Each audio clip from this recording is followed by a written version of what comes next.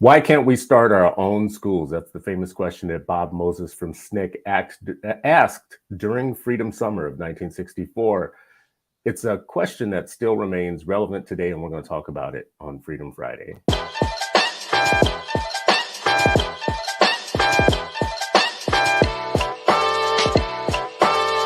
is Freedom Friday, and you're still not free.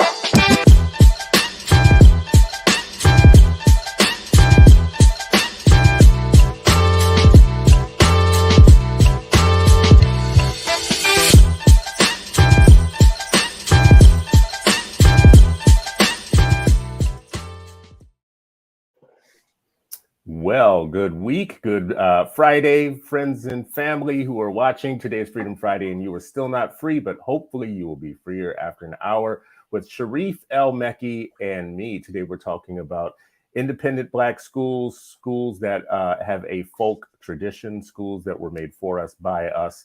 Specifically, we are talking about freedom schools today, and it's something that Sharif has deep and intimate knowledge of as an experienced person working in the schools or actually running freedom schools.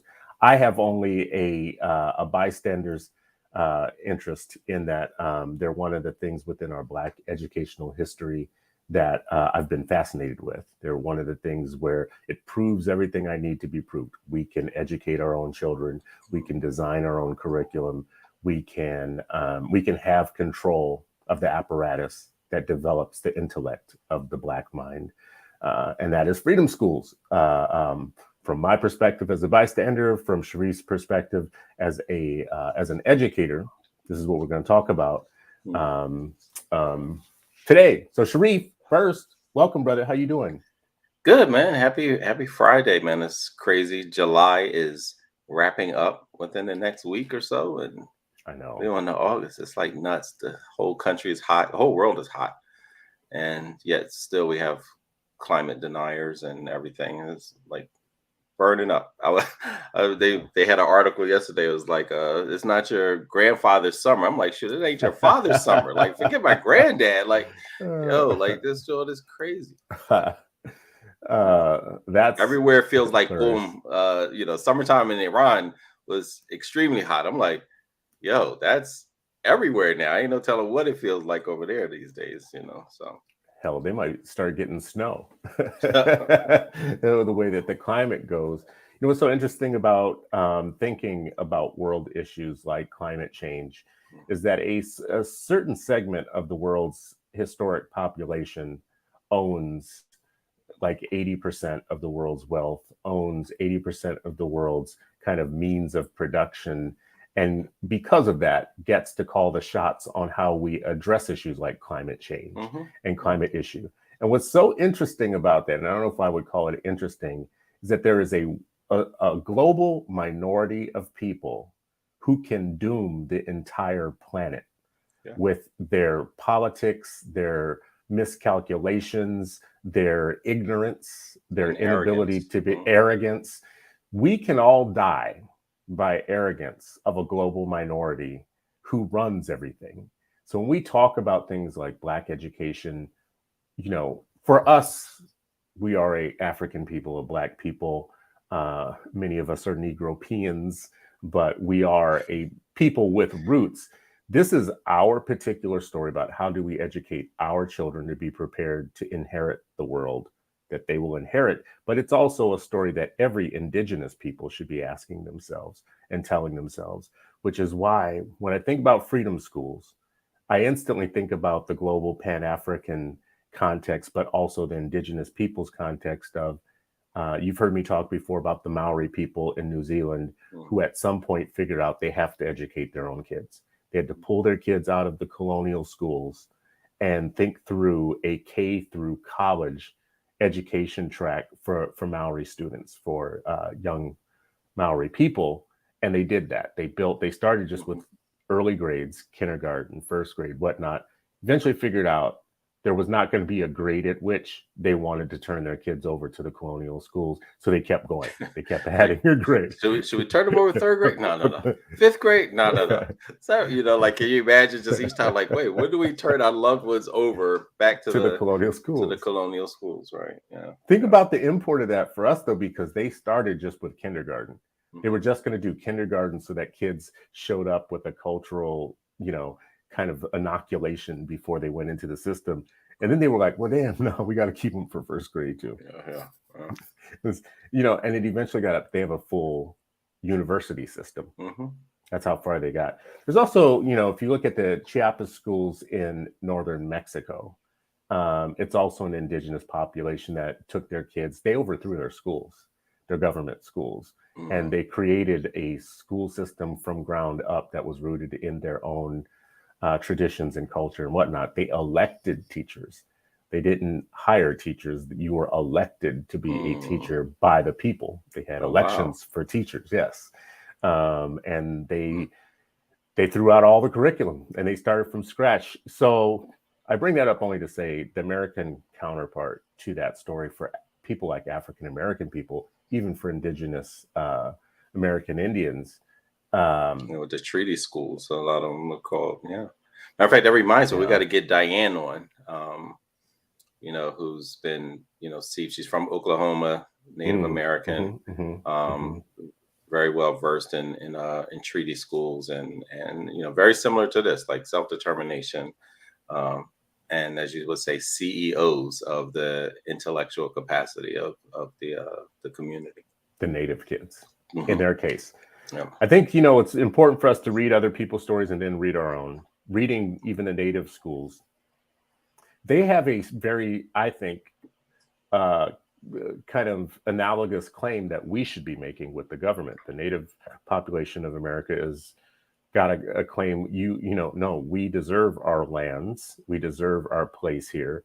We deserve sovereignty when it comes to things like education and how we raise ourselves, how we govern ourselves or whatnot, because these are the things you stole from us. And African Americans never really made that claim the same way that the natives made. We just wanted equality.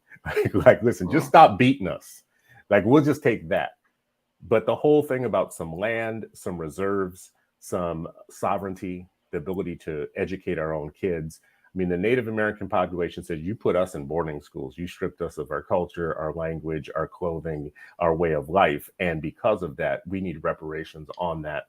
Part of the reparations is sovereignty over education. So the ability to run Indian schools, right? That's our analog. We never asked for it, Sharif. Why didn't we ask for freedom schools as part of our... I mean, was we just getting beat that bad that we was just like, bro, just stop beating us? Listen, just, walking off that plantation, you can imagine if folks were just like, all right, where can I just set up, because everybody didn't go up north, right? There were a lot of folks who were still right in that proximity. Like, all right, where can we, we're already segregated. So like, what can we build? And, they call them free towns or settlement towns or whatever, just started coalescing like, hey, how do we start building? I mean, but that's the amazing thing, right? When you think about even 40, 50 years, one generation, let alone two, after enslavement ends, and how much had been built, how much people had invested in themselves and in their children, and all of that, whether it's you just think about it, it's like really amazing. And I think, and imagine the land, when you talk about like being Native Americans being pushed to a land, imagine like where those lands are right now that Native Americans were pushed to, the most desolate areas, places that the white folks like, yeah, we don't want to live there, so that's where we're going to push you. Would have been very similar to, it still is right now, until they figure out like, oh, there is something worth here. Let me gentrify it, or let me put a pipeline of oil through there because we need it now. Oh, we found some gold here, right? Like, until they, they'll relegate you to this barren space, whether it's a school, whether it's community, until they find some type of value in it. Like, oh, we actually are building downtown up now in Philly. So you know what? Now all those black folks who used to live downtown, we're going to move you out because we want to be closer to downtown, right? Like, it's, oh, that's by the river. Oh no, we're going to move you out because we want to be by the river. Like, it's always about what their priorities are. And that includes school, includes curriculum, includes anything that has some type of ownership. Well, on that point, they will always move you to the most desolate parts. Let's just talk about that for a second. Freedom schools to me, freedom schools to me have the allure and the attraction that are just on its face obvious. The things around being able to control your own education, your own curriculum, all of that. But you also get to control things like time and space and where and the how. You can have schools in places that have more green space and are more conducive to education. Like, because you have that level of control, freedom in freedom schools, you can have them in church basements, but you can also have them like, the Highlander type of experience, and you can take kids out of the concrete and get them into other spaces. And what we know in education, I've said it for the last couple of weeks, I think it may have been an aha to me in one of our discussions. I don't know why. When I talk about the ghetto is a purposefully built entity place. It's a man-made lake of atrocious kind of conditions to grow humans in. And if the ghetto is a purposely built place, then the ghetto school is a purposely built entity. And it isn't purposely built for all kids. It's purposely built for our kids, which means freedom schools might start with getting our kids out of the worst kind of environmental places to live. I mean, we have schools, the EPA tells you not to build schools near freeways because all day traffic going by areas where there's schools, pollution increases asthma, increases all kinds of different things. Now, when we talk about education, we don't think about these things. This is context, right? Like, you're educating my kid in this context. The EPA has told you. Now, in Minneapolis, for instance, we have multiple schools that are right on the freeways, meaning here's the school, here's the thing, and the freeway is right here, which means all the pollution all day long goes right up the hill to the school. When I tell you that Black children have had a 300% increase in asthma in 40 years, 300% increase in asthma, right? Something that didn't normally affect us. And I say that these schools are purposely built and ghettos are purposely built on things like environmental racism. The idea of freedom schools becomes kind of obvious, in my mind. I think it's all, and as you said, the context shows, it's almost like that invisible ink that the kids use sometimes. Then you got to shine a light on it, then you can see it. Like, that's what we have to do for, like these systems to really expose. And I think that's part of the education. I think that's part of the political education that activists are always talking about. I think that's part of the teachings. I think when you're talking about, like, building in these environmental hazards, and we didn't even get to, the lead in the water and the asbestos in the walls and ceilings and floors. I didn't even know asbestos came in all these different categories till I became a prisoner. They're like, oh yeah, no, we can't. Hey, this is crack. This is oh yeah, we can't move that. That's asbestos. I'm like, it's a floor. Yeah, the tiling is asbestos. Oh, the ceiling. Oh yeah, we can't touch that. That's asbestos. Like, geez, like the whole thing. What is it, like cakes, like bricks made of asbestos? Like, but it also reminds me of, my mom had a picture in her album I saw a while back, where we were doing a skit on environmental justice. It was a skit about slumlords, and just how, dangerous the living conditions were, and how the community had to organize and stand up, and right. So it's like all of these things, because it's the school, but then we live in less green spaces, a lot of times, particularly in urban areas where they purposely cut down all the trees, cemented over everything. The heat, when that sun kicks back off the asphalt, and just all the things. And then, verm, and like just everything. And then it's like, all right, and learn. And in school, like, you're not really serious, you're not really serious. Well, let's back up and tell people, what is a freedom school? For those who are listening and watching and saying, hey, this sounds great, have your own schools. But what is a freedom school?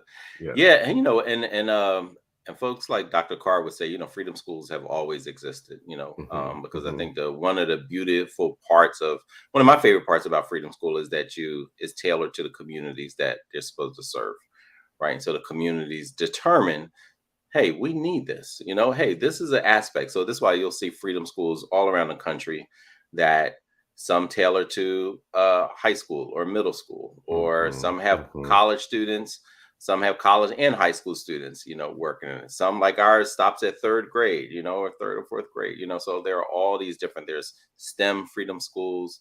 There's environmental justice freedom schools. There's all types of ways, but there's some grounding principles around self-determination and that freedom. But I think that so he would say there were freedom schools all the time. If you were in a cave during enslavement, teaching someone how to read, that was a freedom school. If you were in that, you knew you couldn't have a school on land, so you put it on a river boat and traveling up and down the Mississippi, teaching, that was a freedom school. So, all of those were freedom schools. But then, when SNCC was down in Mississippi and the Freedom Summer with the freedom rides and the sit-ins and so forth, Charlie Cobb said, "Hey, we're registering and supporting and they were schools too, right? Because they had literacy, taxes, and all this kind of stuff. They're like, hey, what about the children and grandchildren? Like, it's great we're working with the adults, but the future is right now in as they would call sharecropping schools, which also meant like, hey, you're only here just until growing season is over, or you're being trained specifically to do our bidding, right? And be in this permanent subservient class, as what they used to call sharecropper schools. And so they started that, in the churches, under trees, in the parks, in people's homes of, hey, let's work with the children and grandchildren as well. And then you fast forward it, Marion Wright, and people would come all over and like, yes, I'm teaching, right? And interesting enough, Charlie Cobb, who, we also love because, he wrote that book, that nonviolent stuff will get you killed. He also wrote the original, and folks can find it on SNCC's website, their digital archives, his initial proposal to start a freedom school in the midst and context of Freedom Summer. So you fast forward to Marion Wright Edelman, iconic civil rights leader at the Children's Defense Fund, reigniting it and really helping to codify some of the training, some of the language, some of the culture, some of the curricula. And then from there, people used that and built on it and just it spread all out. And so a lot of times some of them would say like the influence of, some of the Panthers on how to do it, what to build. They had liberation school. Every activist community, should also be thinking about the here and now, but then the future. And you can't think about the future without thinking about the education of your children. Now, I don't want to go off track, but that point is so important because we have activists today who have become very myopic, I think, when it comes to their activism. They're fighting issue by issue. They're not fighting the things of like ignorance within the populations that we need to be smart. So like they're not, when I think about BLM and some of the other kind of modern day kind of activist groups, they put out a big thing a few years ago, the Movement for Black Lives agenda. And when it came to the education part, it was really kind of weak. It was anemic. It wasn't like what you just mentioned, the Freedom School folks were saying, we're doing a good job educating adults. What's the curricula and how are we educating the younger people, right? Our young and our youth. It was more just like, hey, one of our partners is the teachers union, so we're just going to take their agenda for public education and make that our agenda. It's kind of like, fools, no. Did you not read the Freedom School literature?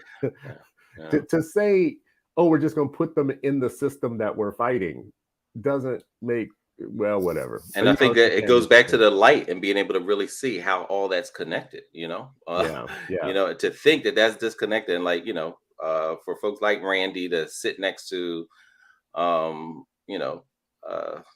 Dr. Fuller and say, yeah, well, I'm a freedom fighter. It's just like, wait, but what? Like, literally positioning themselves as, we're the superheroes and we have the work and credits in this game. And it's like, no, you don't. You have work and credit, but it's in other areas. Check out Brownsville, check out other spaces, I blame this a little bit on the age of activists. When we talk about 1960s, when freedom schools are being thought of as a necessity of the overall civil rights movement, you have people like Bob Moses and others. When Bob Moses asks the question, why can't we set up our own schools? behind that question is a lot of talk between Stokely Carmichael and others about counter institutions, setting up counter institutions, right? Yes. You're going to have a civilian board. We're going to have a civilian police watch board. You're going to have a this. We're going to have a this. You're going to have welfare. We're going to have a breakfast program for our own people. So counter institutions where we start creating, instead of putting ourselves in your system, we're going to create a system for ourselves to feed, house, educate, govern, whatever, our own people, right? Counter systems and guerrilla tactics, bro. That's how. That's what it comes down to. That's what's needed. So younger activists today saying, treating public schools and the traditional public schools as if they are ours and our institution, kind of means to me a little bit there's a blind spot in their history, in their understanding of history, because now they've reversed what Bob Moses said. They're saying, why can't we have their schools? Like, what? Why can't we not have counter institutions? Why can't we have their schools? Is that a fair Yeah, no, I think so. I mean, sometimes when you listen and people are often talking about, even if they don't use the term assimilation, but if 80% of an institution is white, has no real relationship or commitment to Black liberation, but that's where most of our children are.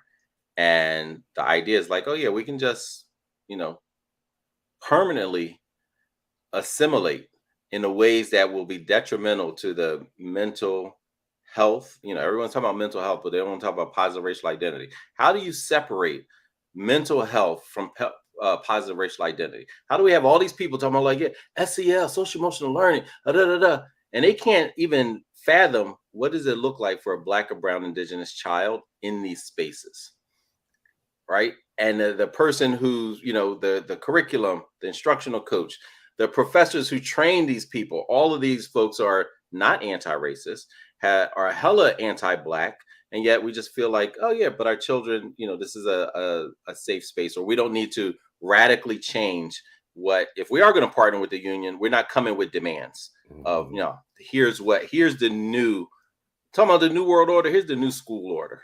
Here's the new school system order that we're coming with and demanding. It's like we're, first not recognizing like the impetus of all that and the power that we should be coming to it, the power and the force we should be coming to the negotiation table with. It's kind of like, oh yeah, we need partner, we're the allies, and right, and it's easy because in a lot of things that like the national unions and locals, you'll agree with probably 70-80% of their worldwide or global issues, right? And so it's easy then for them to ignore the discount the education of our children, right? Because we agree with, we might agree with not having police in schools, we may agree with decreasing suspension, and yet still it can still be anti-Black, even if we don't agree with, if we are on the same page or same idea, I shouldn't even say same page, with a lot of those topics. Well, this is going to shock you. This is going to shock you. Because, times change, bro. Seasons change. And I'm in a season of change in my life. And I have a serious critique, excuse me, of unions, and have had one for a long time, and will continue to have one that's based and rooted in history and understanding of their history. At the same time, I have come to a point now where I believe that unions are far more right than their opponents. They're far more correct and far more allies than their opponents. And in education, we're often aligning with the opponents of unions, who themselves are far more problematic than the unions when it comes to education. Unions, when you just said, yes, we'll agree on 80-90% of things, right?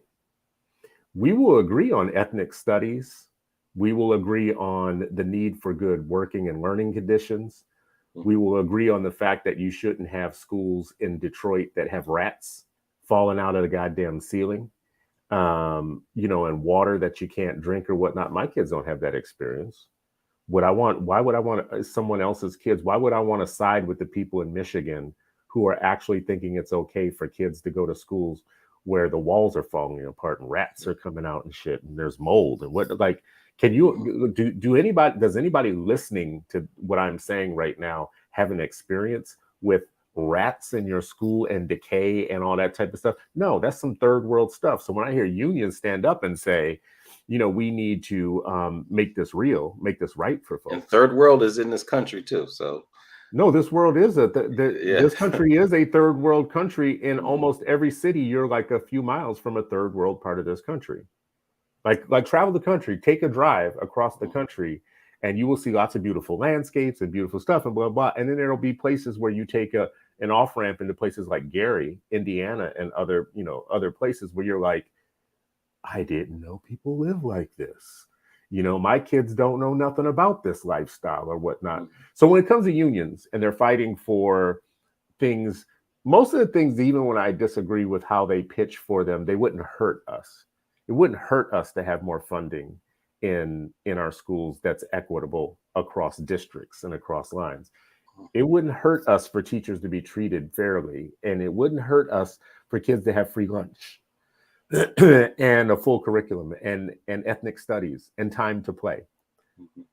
So I've beat them up on this agenda before, but if we do freedom schools, a lot of what they're pushing for would be what we want in freedom schools, right?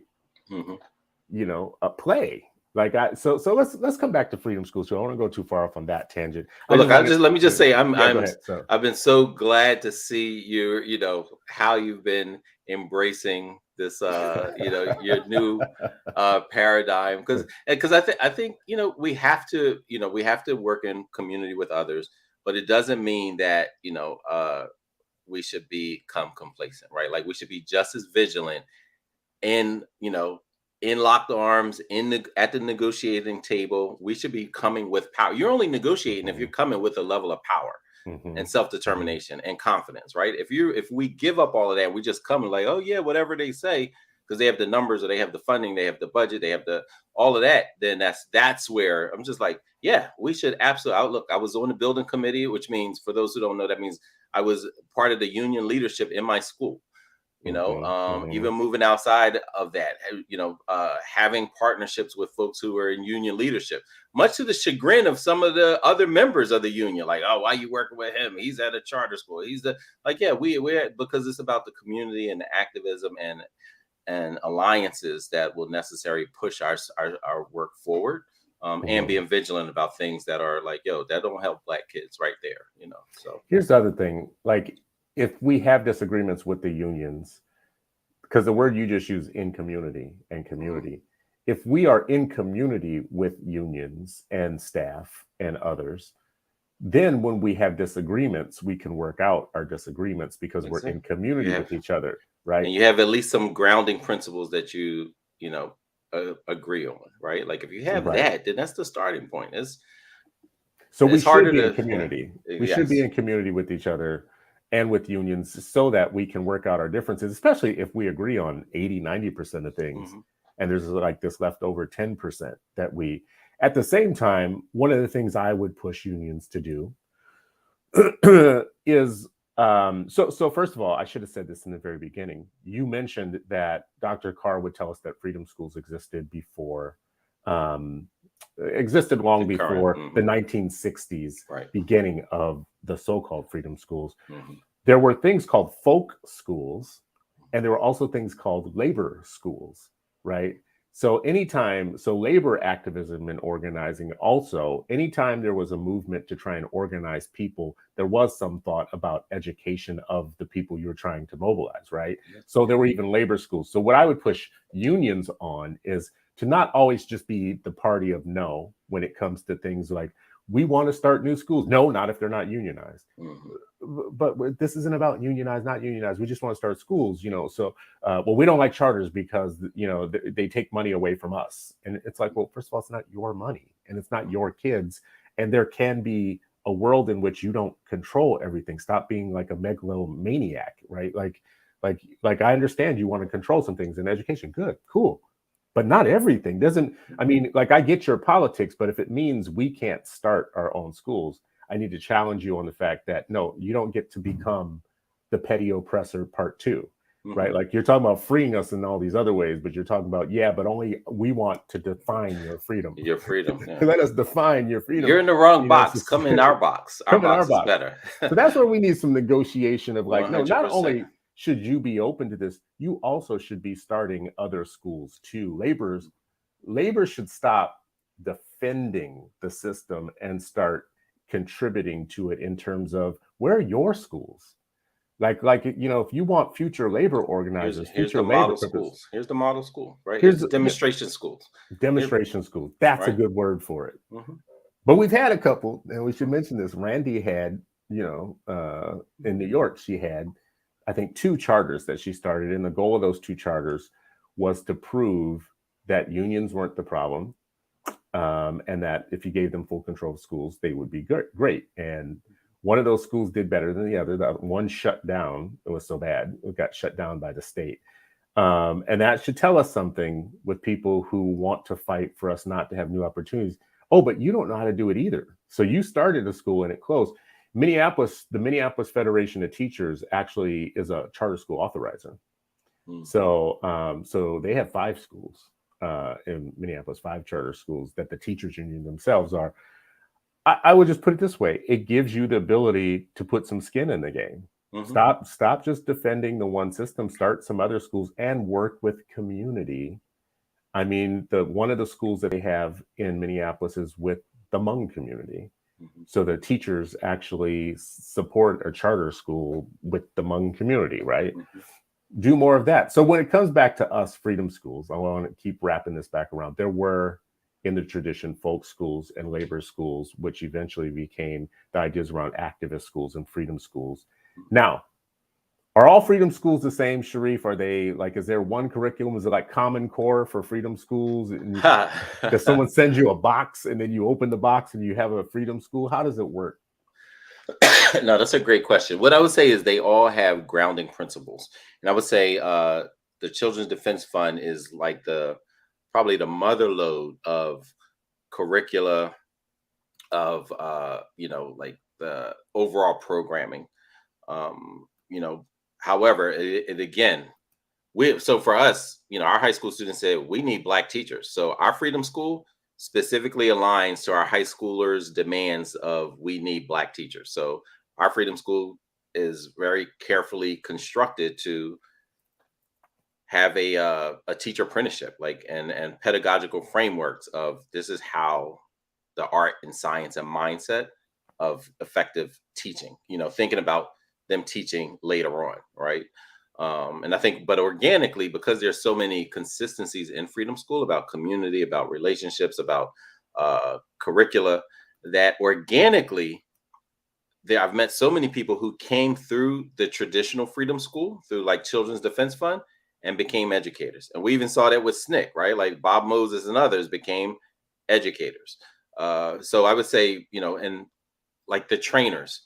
So CDF, Children's Defense Fund, in their freedom school model, they have trainers in this intergenerational model. So you're part of the program, and then you elevate to become a trainer. You could be a Ella Baker trainer. In Philly, they have William Still trainers, right? And so these are folks who've graduated from the program and are training. So a lot of those principles are the same. A lot of the chants and cheers and freedom songs, because remember, these have roots in Black tradition, and where we communicate through song, both, hey, we're about to run away, or hey, we're organizing, or hey, we love you and we love our community. All of those type of things are baked in. But it's also, if you saw Ms. Ball, who trained the KIP founders, the 2 white men who started KIP, who learned at the feet of Ms. Ball, and when you would hear her chants and cheers, you would be like, wow, that looks like freedom school. And I don't know if she may not have had any association, but it's Black teaching traditions, as Dr. Lassane, talked about a few months ago on 8 Black Hands, right? Like, what's grounded in the teaching traditions in our communities, and how can we use that as part of the training to develop these intergenerational leaders? So a lot of the curriculum, but again, every region, every city has their own. So you look at Nicole Hannah Jones and her freedom schools in Iowa. They may look a little bit different than uh, Dr. Bettina Love's freedom schools. But they'll have the say. I can almost guarantee they'll have the same core principles about literacy, about uh, cultural not only relevance and competence, but cultural Mhm. proficiency and respect, right? Community building, parental engagement, some type of service learning project, right? Like all of those things would still be no matter where you go. Mhm. Mhm. I look at the Children's Defense Fund Hmm. Freedom Schools thing, and they point out four things that are in all their schools: high Hmm. quality academic enrichment Hmm. through research based multicultural social justice and conflict resolution curriculum, known as integrated reading curriculum, Hmm. parent and family development, civic engagement and social action, and nutrition, health, and mental health. As kind of part of their frame, which is Which should awesome. be part of any school, right? Like you want Right. that at any school that you have your children in, not just enrichment. And freedom school can Yeah. also be after school, right? Like there's some who do it as an after school program. Some have it on Saturdays. Some have it in the Mhm. summer. Some have all three, right? Like for us, it's after school and summer. That's Yeah. our Freedom School Literacy Academy program. Here's part of my arc too in terms of learning, because we all learn over time. Hmm. You mentioned Kip and Harriet Ball, and I encourage anybody listening or watching, Google Harriet Ball Kip, and it'll pull up like some background on her, and maybe even a couple of videos. And if you can go back, her teaching style was a rhythmic, kind of culturally enriching and fun, more environment that she had in her classroom, which Kip founders found to be useful for in the creation of their program. And they But should have named Kip actually Harriet Ball Schools. That's what I mean. That's my opinion. That should have been the name of those schools. yeah, they have an Harriet Ball Award that they give to people for That teaching, ain't good enough. for teaching while white. Um, but when I say my arc, this thing with charter schools, for a long Mhm. time, there was this conversation around, you're taking the joy out of learning and, blah, blah, joy and play and blah, blah. And I used to be a Scrooge about that stuff. I used to be like, listen, if you can't read a stop sign, goddamn it, I don't want you playing outside by yourself, right? If you can't read, like play could be dangerous. Like, ignorance is a killer, right? Right, Like, right, so right. I need y'all to like get math and reading right and science and blah, blah, blah, whatever. And there, so we are in this struggle. This would be 5 years, maybe 6 years ago, this Mhm. struggle of like joy versus learning, and it was like, no, no, no, no, we need the kids to be orderly and walk in a line and all that type of stuff. And I was all for it.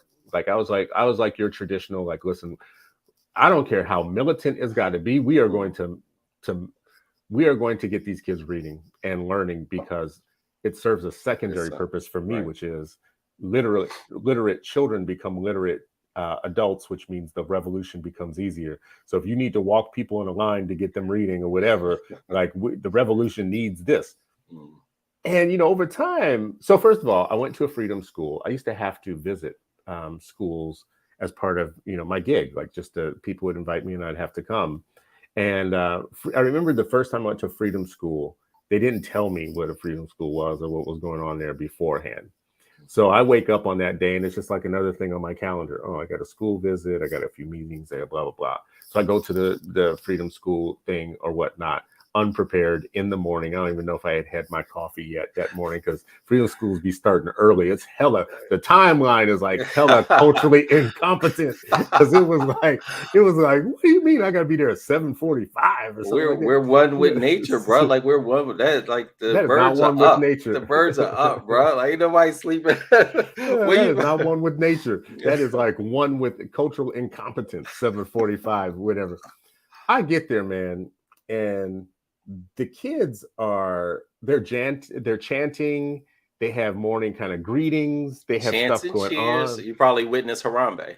Yeah, I was in the Yeah, middle of yeah, Harambe. I was yeah. like Harambe-sized, right? I was like, what is going on? Like, I thought I was doing a school visit. I thought I was just going to come in and sit with the It just kids see, and blah, yeah, blah, yeah. let me Everybody's read, sitting. They're sitting in Yeah. rows. I'll read a book to one of them. Bro, do you know how many times I have read the very hungry caterpillar so many times that I probably could recite it right now. I could probably say it right now, just off the top of my head. On the light of the moon, a little egg lay on a leaf. I could probably go through the whole thing. One of my favorite Nice, books nice. going Yeah, back yeah. years anyways, but I've read Mhm. it to so many kindergartners. Mhm. And this was not the sit, hi, Mr. Stewart, sit and read thing. This Yeah, was yeah, yeah. the Say get hi, up. Mr. Stewart. Yeah. Hi. So I'm Yeah. sitting there like energized now. I didn't even have my coffee, and I'm what See, is going you on? forgot it was 7:45. You forgot it was 8 a.m. Okay, well, I won't go that far, but it was still too early. It was still too early in the morning. But I will say this much. What I learned from school visits, just in general, period, and this is kind of an aside, was I always liked visiting kindergartners and first graders because the magic was still there. And when I did those school visits, I would walk away feeling more energized, like, oh my God, I always said Because you if saw I joyful learning. so and just I saw still the promise of kids. It was Mhm. before they became bored, and Yeah. they still were Yeah. The happy, light and was still in their eyes. Yeah, right, they still had joy in still there. curiosity and learning and even if they Which is weren't being why instructed well, they I've still always yeah. said if I became a teacher, that's the only grade I would teach is kindergarten and first grade, maybe one of those two. Bro, that's probably one of the Since it's hardest grades to teach too. I told you before, I subbed it when I I thought would I wanted to think teach. high school would be harder for me. Man, That would be the hardest, because then I'd be like, shut up and sit down. you better not. You thinking too much. No, but in visiting kindergartners in general, I would see more joy. But in a lot of schools, still not even in kindergarten, the type of Mhm. joy at all that I witnessed that morning in the Oh Freedom yeah, School. that's a different. It's a You're different talking about two thing. different worlds. Yeah, two Yeah, different so I worlds. walked away thinking the classic question: why can't all schools be like this? Why can't all schools have this level of, I mean, they're still doing academics. They're Mhm. still working on your reading through the day and all those other things, but they're not making joy the enemy of joy or happiness or kind of activity. They're not making that the enemy of learning. Yeah. They don't have to be in contrast with each other. They don't, and it's student centered. It's like, hey, what support and human growth and development, right? Like you learn more if you love your environment, if you feel like you're again in community with others, if you are, we're all learning, we're all part of a community, right? Because if you take away the walls, kids are learning all the time, right? And you talk about this, you can't stop a kid from learning, and you see right from early on, as a kid is learning how to walk, they're probably giggling, right? Mhm, They're falling mhm. all over, they're failing left and right, but they're probably giggling because they realize, like, wow, this is a challenge. This is hard. Oh, you know what? And I got support. Somebody's either holding, I got their pinky, or I'm walking towards them with their arms outstretched, right? Like it's with people, it's with community.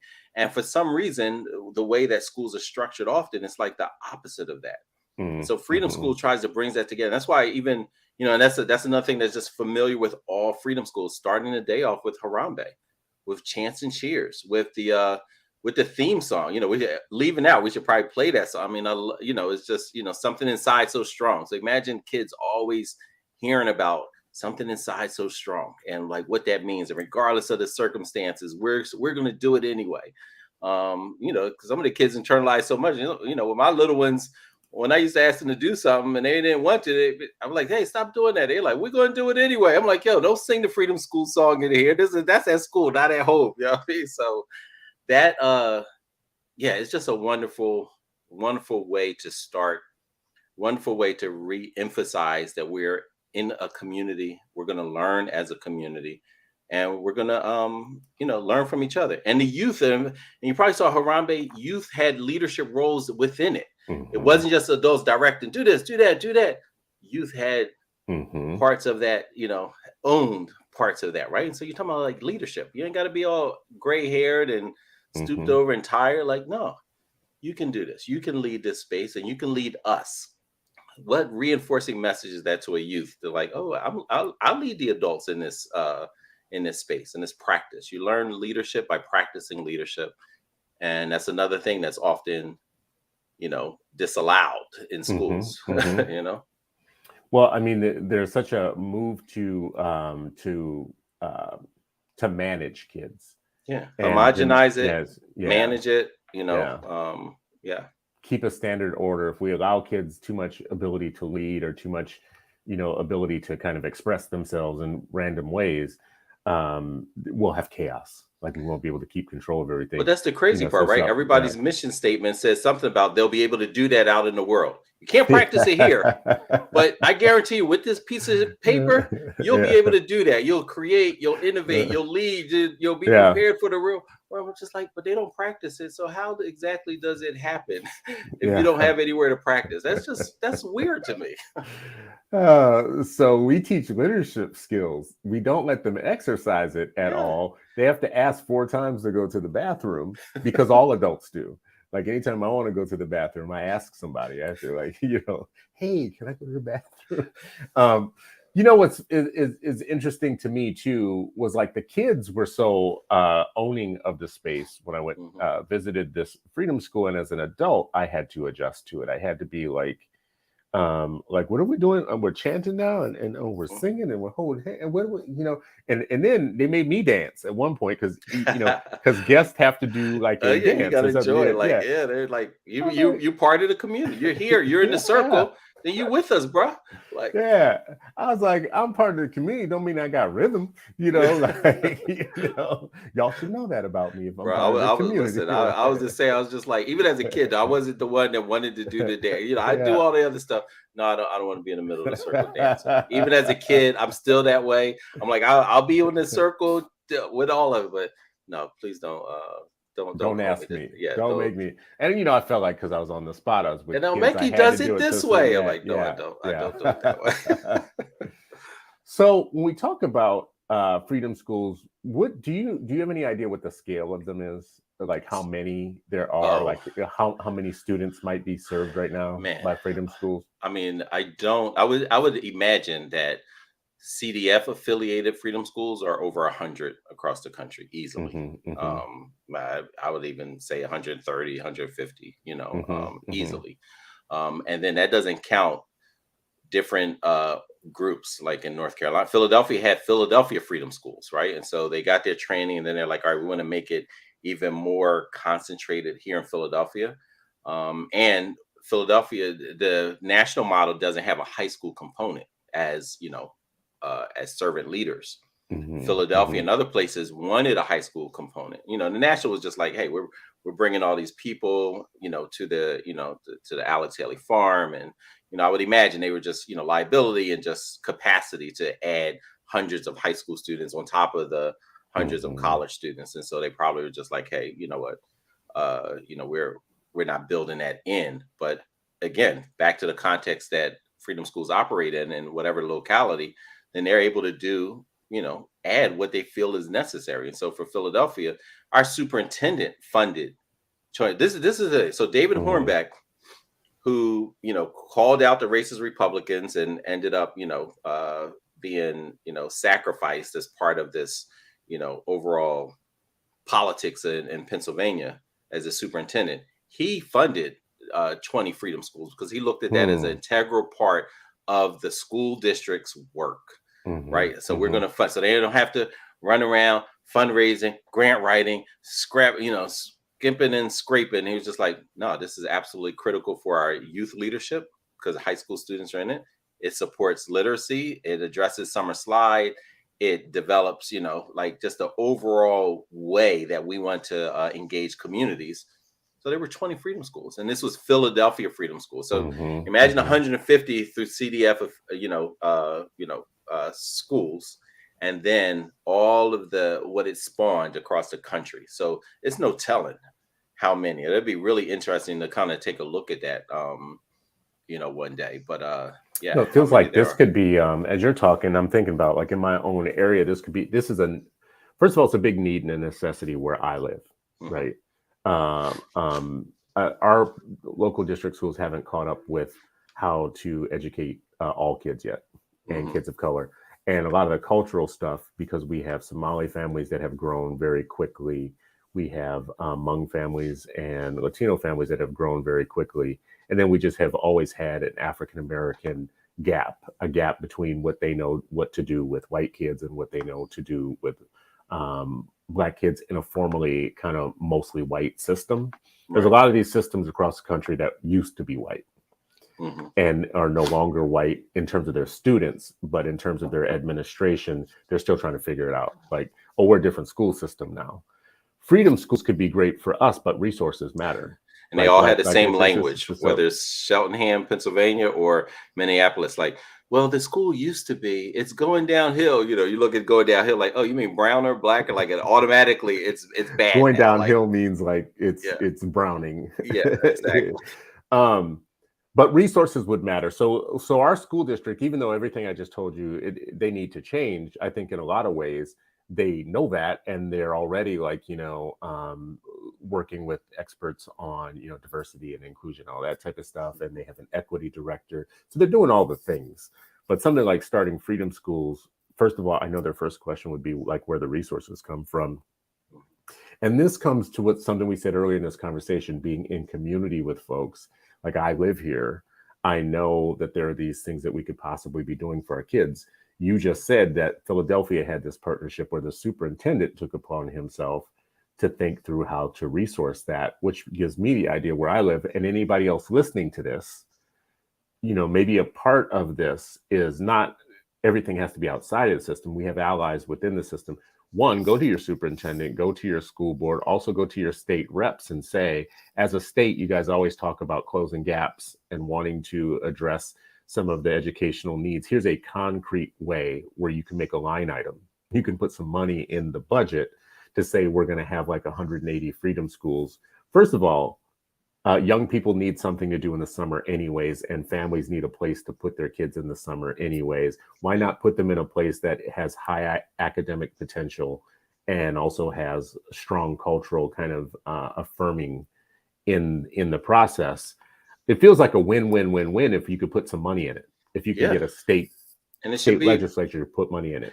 and things like this, people are always talking about like the public good. This is the public good, right? And so the public dollar should also be associated with, like when people are doing this type of work, it shouldn't just be like, oh, you better go to the philanthropist. You got to go, like, right, like, and Mm-hmm. I love, Mm-hmm. I've always used that statement that you said, like, everybody can be a philanthropist, Mm-hmm. and this is a public good, so public dollars should also support it, so it's not, so people can work on developing the programming, making it super strong, and not just ripping and racing trying to collect nickels and dimes to run a program. Mm-hmm. And so I think that's really, really important. So what, like David Horbeck and others did in Illinois, the state legislature just committed $17 million to the freedom schools across Wow. Illinois. Wow. $17 million, right, to say like, yes, this is important. This is part of the where we care about SEL, we care about mental health, we care about literacy, we care all the stuff that everybody talks about rhetorically. This is what can happen. Here's how you Mm-hmm. drive towards the Mm-hmm. results. You actually invest in it. And so I think the public private dollar combination is absolutely critical for things like this, right? So Illinois freedom schools, 17 million, that's gonna be a different environment, and some, you know what I mean, like Mm-hmm. programming and Mm-hmm. however they end up designing it, and just again, matching accountability to the dollars, making sure like, hey, here's what we're going to deliver, here's what we're going to do, here's the capacity we're going to have to do. And we're talking about like black led, black founded organizations that are probably running freedom schools, these community based organizations that are running it, actually having the resources to do it and do it well. Like these are difference makers.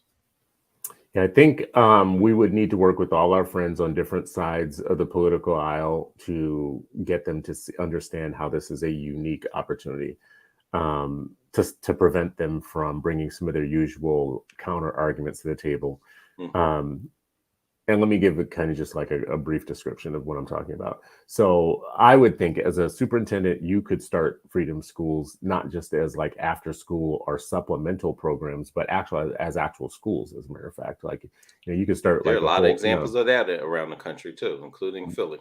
lots of examples of being able to start a whole school, like, Hmm. right, like, and it doesn't have to be anything other than a district school. You could start these like I think districts underutilize the power that they have sometimes to Oh, yeah. create new learning opportunities, They're like, we're not and innovative, so, we're the so district. Like you could be innovative and a district at the same time. not every school has to be just like a dry district school. I mean, you already do magnets. You can do something. Basically, a school district can create any kind of school they want. They can Exactly. build one, or they can repurpose one to fit this. But I'll give you an example of how you run into trouble. So in Minneapolis, we had Afrocentric Academy Mhm. in the late 90s, I want to say, or early 2000s. Afrocentric Academy.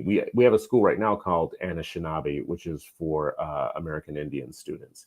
And that comes out of, like, American Indians have federal protections and have uh, uh, federal kind of rules that help them establish things in their education that no one else can. But Afrocentric was our attempt to create an Afrocentric freedom type school Mhm. for Black students in the district who were severely underserved. And for many reasons, it came into the crossfires because there were people within the district who didn't like running an Afrocentric school because they were suburban teachers driving in every day saying, "I don't know what that really is," and "Oh, I wouldn't want to teach there," and that sort of They thing. may have read Randy, So I mean, not Randy, Diane Ravage's, Rabid Ravage's material. Like, Afrocentric is the worst thing for kids. Afrocentricity is the what worst did thing she for say? kids. She said it gives them an inflated sense of Sense of, racial pride. mhm. Like, you have no business having racial pride, Black person, none. Listen to this, Like, ain't people that who are crazy? listening to And me this is the now. guru. Like, I'll go by Yes, Temple yes, University, yeah, and professor after professor is assigning this rabidly racist woman's book yeah. and materials to future teachers, and then sending them into communities that they have no relationship with besides Diane Ravage and her ilk about what Black and brown, and then at the same time, now talk trash about what is it, Ruby Payne, but promoting Diane. I'm Diane like, Ravitch. I'm like, Yeah. I don't understand this. Like, like, I think that's really, like, the thing with our educated Black people and brown people, people of color who go through ed schools, is a lot of times there are, first of all, not everybody goes to college. So that tells you something. They go there, they get steeped in especially, oh my God, they become so kind of insufferable when they go into PhD programs, and they get the standard kind of first year he PhD said that to you, right? He was inoculation, saying that to you. Randy Hagler. inoculation. They start steeping them in Ravitch and these other things, and they become people who feel like they are so deconstructing blah blah blah blah blah, and they're not deconstructing the very people that are teaching them, steeping them in this ignorance. Diane Ravitch was against multicultural education, against Afrocentric education, against bilingual education.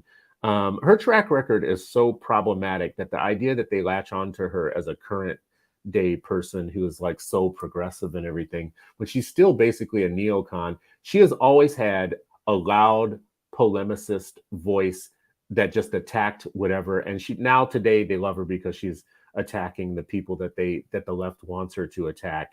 But she's still doing it from an old white woman's perspective. She is the Ruby Payne of education polemicist commentary. She's the Lucy Culkins. She is the thing that people of color should have given up already, but they all want her to write. They want her to write the forward to their books that they're going to write one day, and they all want her to endorse it, which makes them kind of suckers and sellouts in a lot of ways. I hate to say this about my own people a lot of times, but some of y'all go to college to become confused. That's the reason that you go there. You go to become confused.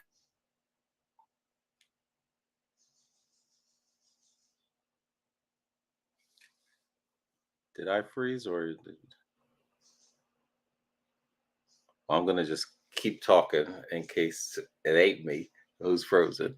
Uh, but yeah, I mean, I 100% agree with that. I think the education and teachings, and as many of our folks would talk about, that's not the only destination to become enlightened. That's why we have teachings. That's why we have community members who may not be formalized teachers, but are absolutely critical to the education of any person who calls himself a scholar, right? Mm-hmm, Like, mm-hmm, that's mm-hmm. absolutely critical. And if you separate yourself from that wealth of knowledge within community, being proximity, not even just proximity, because proximity is like, oh yeah, I'm coming to, like, being within it, like a tea bag in hot water. Like, that's how I've always looked at being in community. Or you could be in tea bag Yeah. in racist water, right? And it's kind of has the opposite. You're not really influencing that space. They're influencing you. They become the tea bag, and are influencing you as the cup of water, as opposed to being in the community and them influencing. And so I just think it's absolutely critical for that kind of knowledge base. And I think that, again, back to freedom school, like this is one way, right? And we're just saying it's one way. It's in multiple ways, but like what's grounding about it is the mindset about this is absolutely, it's not supplemental, it is instrumental I to think how we're doing this. some of these PhD candidates and some of these folks in these schools, schools of education, should have to go to freedom schools, and they should have to go to other indigenous schools Multiple times. multiple times. They definitely should have to study the Maori people and the Chiapas schools in Mexico, and Native American schools where indigenous people have had to critically inquire around the people teaching them and their educationists.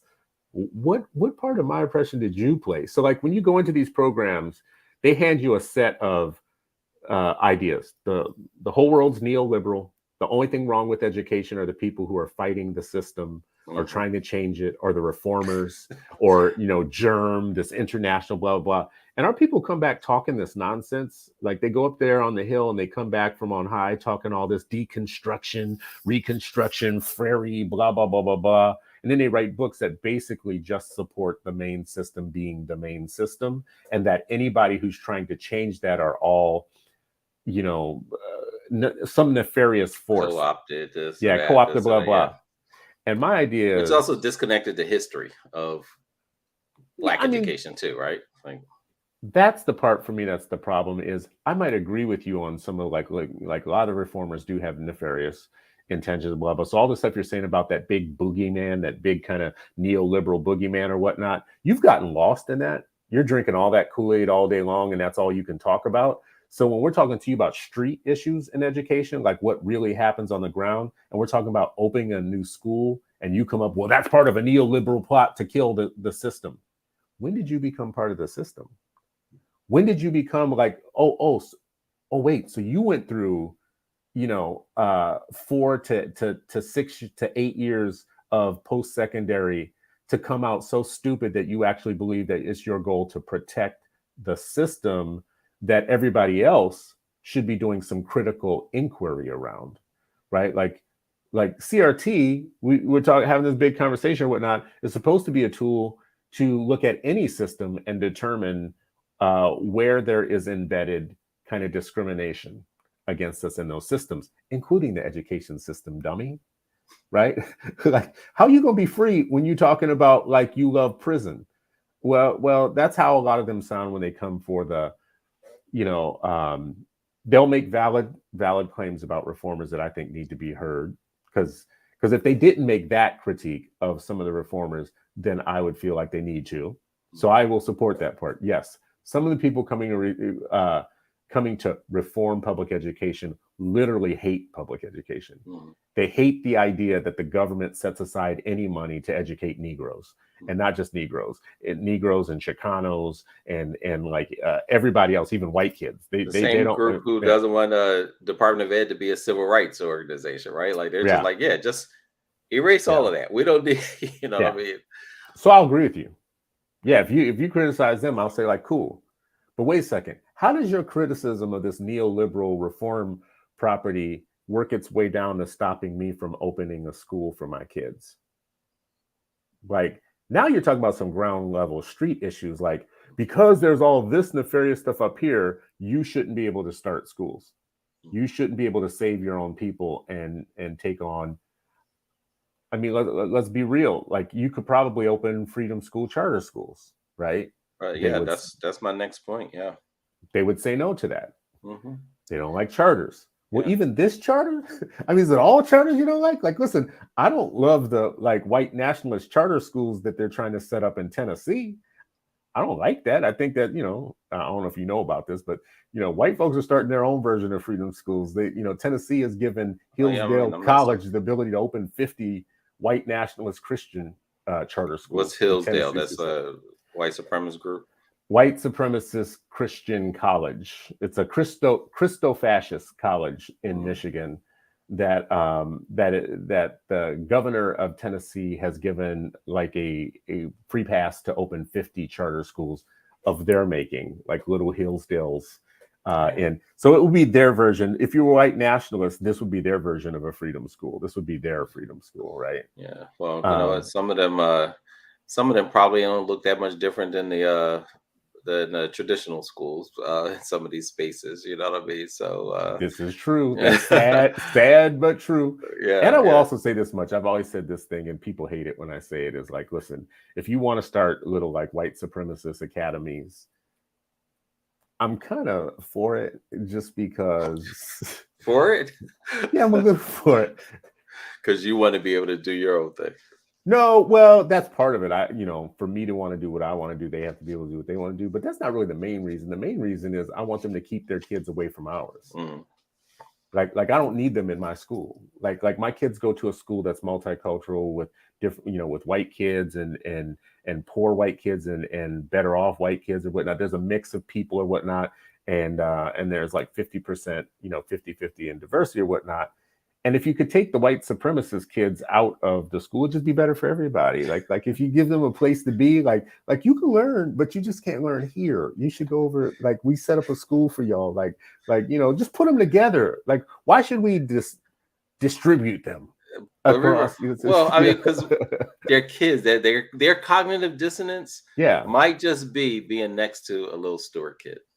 Yeah, I don't need my kid to be a lesson. It might just be because they have this diversity in school leadership and curricula. So when they're at the dining room table and their drunk uncle is sharing all his actual views about, race, class, and power and privilege in America, they were like, that's not my experience. Even if they don't say it out loud, they might just say that, But if there's they might say that. Or they might come to school and tell your kids something dumb that their uncle said. And then your kid comes home talking about, Daddy, why are we monkeys? What? What? Yeah. So anyways, we've got go ahead. Oh, yeah. I just want to shout out because you mentioned, we mentioned a couple of times like this becoming like an actual school.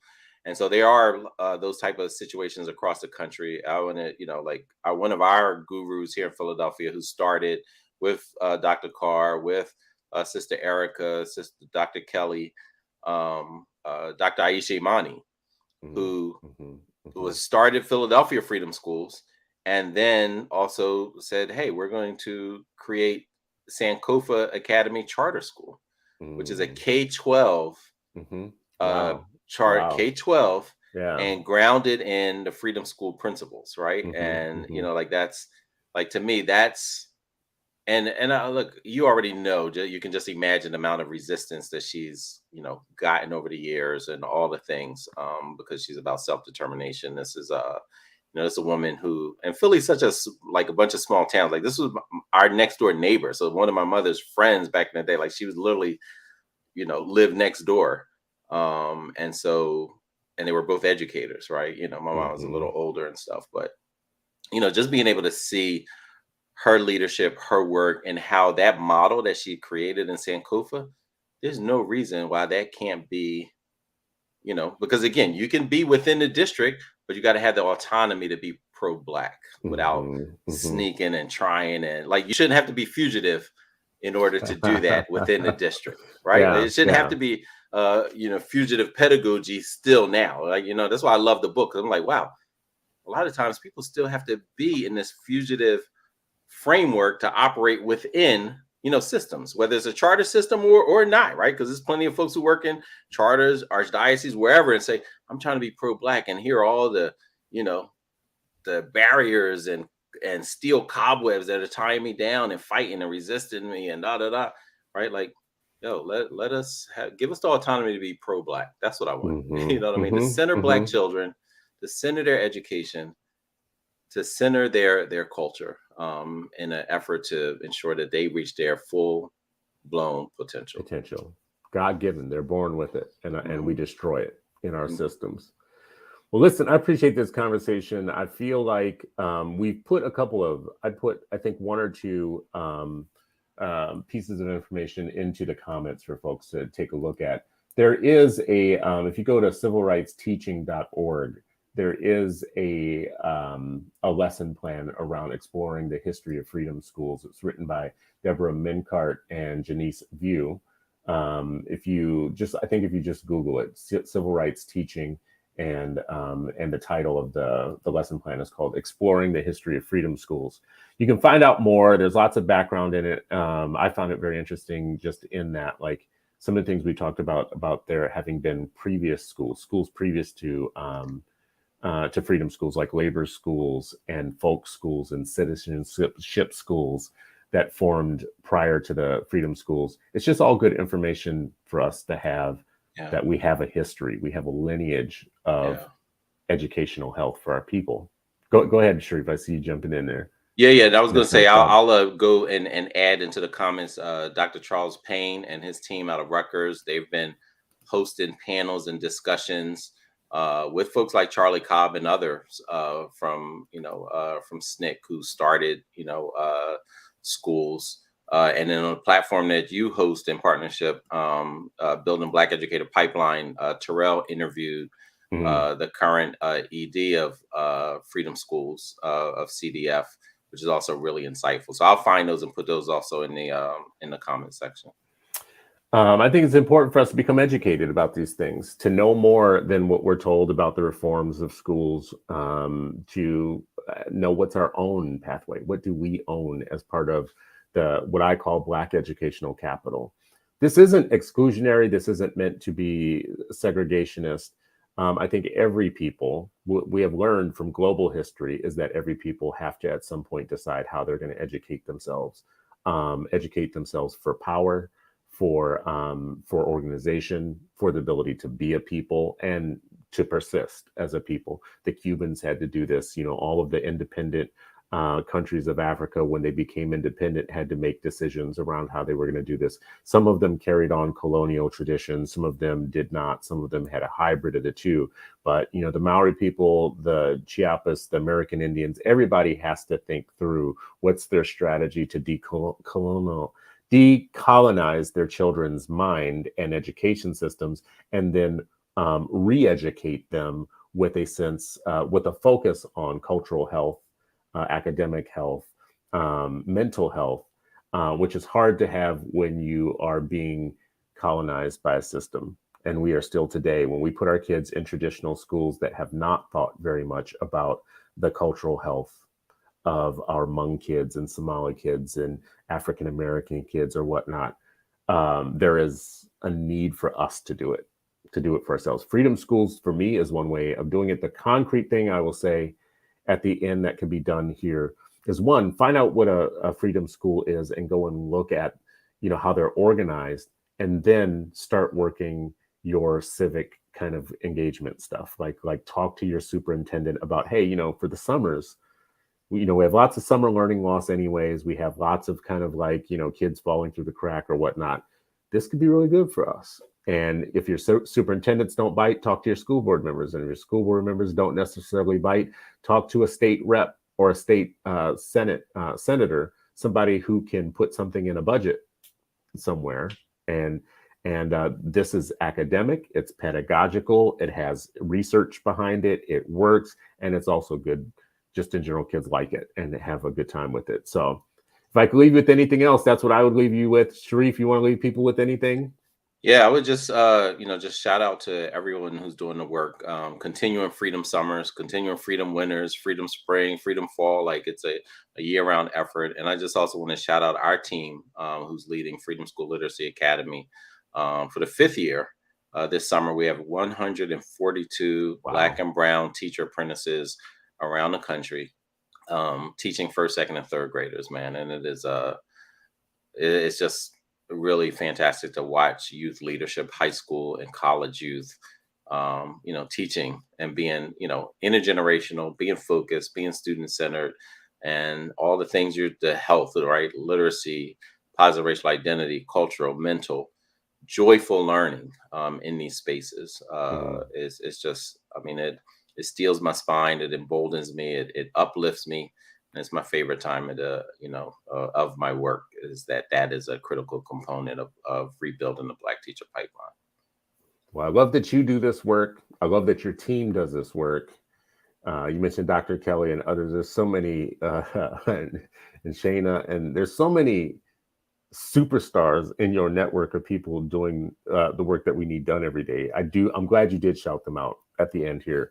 We have friends that are working on different pieces of this. Of course, Kaya Henderson's reconstruction.us is something I always like to boost, because it is a platform of distance learning specifically aimed at Black families and the Black community. It's a variation of freedom schools, right? It's like independent, it's educating, it's joyful learning, it's thinking about all the different things of like culture, pride, and skill, right? Like, and it's a folk school, because I mean they're teaching folk, like we've lost some skills. I gotta learn. I gotta sign up for some for spades. They teach spades and dominoes even, which is cooking. Folk school, like cooking, right? Yes. Like it's addition to literature and math and all, right? Like that's like this is so enlivening to me, and it's a community with others.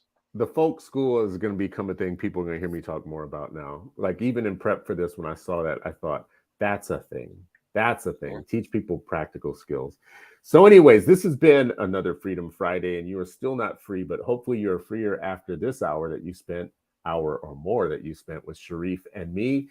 You can find Sharif on Twitter at El-Mekki. It's S and then El-Mekki, all in one word. On Twitter, you can find me. I'm Citizen Stewart on Twitter, and we can continue these discussions. If you have ways that you think that we could be working together, or ideas, or sharing ideas, or being in community with each other, contact either one of us. Let's talk and keep the discussions going. Let's share our advocacy with each other. Again, it's been another Freedom Friday. It's been real. Thank you all for joining us. Appreciate you.